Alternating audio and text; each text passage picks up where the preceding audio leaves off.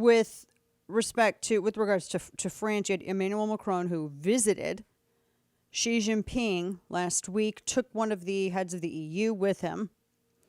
And he had this piece where there's a speech remarks that he had made where he had said, and this comes by way of Politico Europe, where he was saying that Europe must resist the pressure to become America's followers, and that the great risk Europe faces is getting caught up in crises that are not ours.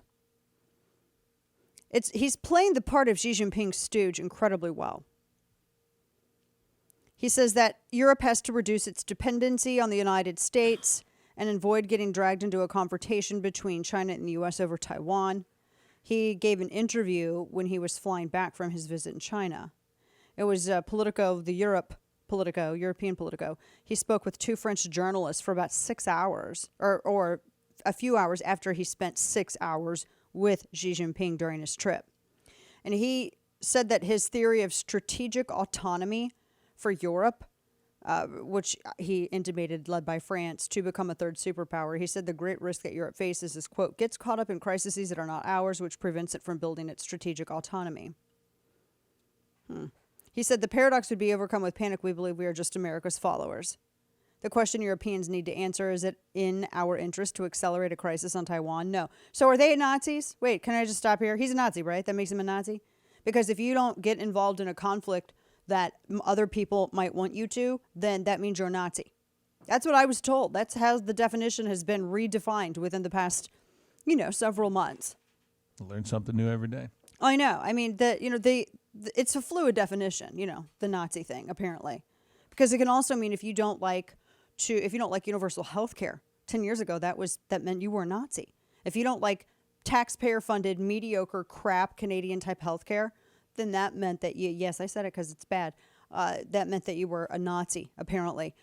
So now, I think that it is so easy to talk such an amazing game when you have been the recipient of so much of the United States' protection.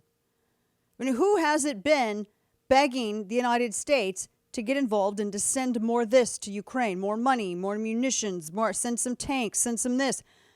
A faction that is part, including Emmanuel Macron.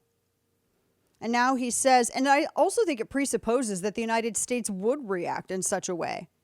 I mean, at some point, we're going to have that conversation on the right about getting involved.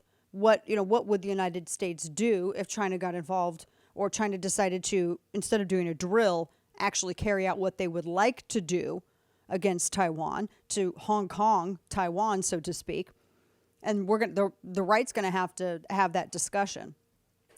Out of the two entities that everyone talks about, whether it be China or Russia, China has absolutely imperialistic tendencies, and they do have the means and will to spread them.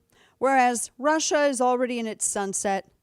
It's just sort of languishing in terms of their government. I mean, Vlad Putin has some very good ideas about how he would like to go out and conquer the world. He's not going to be able to accomplish any of it. I mean, he's given some remarks. He's written some editorials. I mean, it's a pipe dream. We've been down this road. Communism's a joke. So I don't think that they don't have the economic ability to do it. They don't even have the resources. They don't even have the manpower to do. And honestly, what does it even look like? He wants to rebuild the Soviet Union. Do you realize what a ridiculous pipe dream that is? It's never going to happen. China, on the other hand, that's a scary prospect because they do have the resources and they do have the manpower. It's just I think they're just waiting for their time. We're going to talk to Stephen Yates about this here coming up, but that's the concern, and it's wild to see one of our oldest allies stepping back from that. Any kind of partner saying that, we don't want to be America's followers. Well, you've been happy to have America as your bank. You've been happy for the United States to not just pay their fair share, but everyone's fair share with regard to NATO. You've been happy to pay just above the 2% GDP required for NATO membership. You've been entirely happy about all of that. So I think you need to make a selection, because it's not, no one's asking France to be America's follower. Yeah, they loved our NATO money. Here's the reality of the situation. I gave you an example. I think it was in headlines. I have this, and I'm sorry, I'm looking back on my rundown because I had the headline that we had about the ports in Los Angeles and in Long Beach. You know, they're struggling to find workers. I read this piece over the weekend as well that was talking about U.S. manufacturing. And they're trying to say that, oh, manufacturing's back. Not really. Wall Street Journal had the piece, America's back in the factory business. Record spending on manufacturing construction heralds a made in the U.S. rebound. We're not there. But they're saying it's stoked by green energy incentives. So what does that mean? It's predicated upon government funding. That's not a real bounce back. Concerns about foreign supply chains, etc. But it's about, and again, I want to point you back. It's led by this, stoked by this green energy incentivizing these companies. That's still not sustainable long term, and because of the expense, I don't even think it's sustainable short term. What a weird piece to have at Wall Street Journal. No, it's not back. You know, after Pearl Harbor, and I think I've shared this story with you before, I was trying to remember how quickly our ships were rebuilt, the damaged ships, how the damage was remedied, certain vessels reconstructed. We had an amazing manufacturing capability in the United States. I mean, we were able to turn around so much, so fast. It stunned the Japanese when we put those ships back out at sea. They were stunned. They were stunned at the Battle of Coral Sea.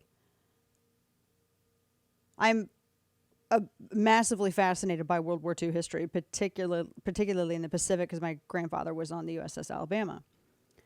And they were shocked that America had the capability to turn that around so quickly. That should have been the first warning sign. We had a massive manufacturing muscle.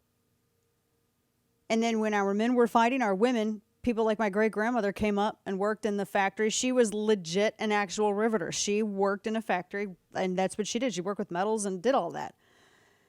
There's some old pictures of her. She was one of those women.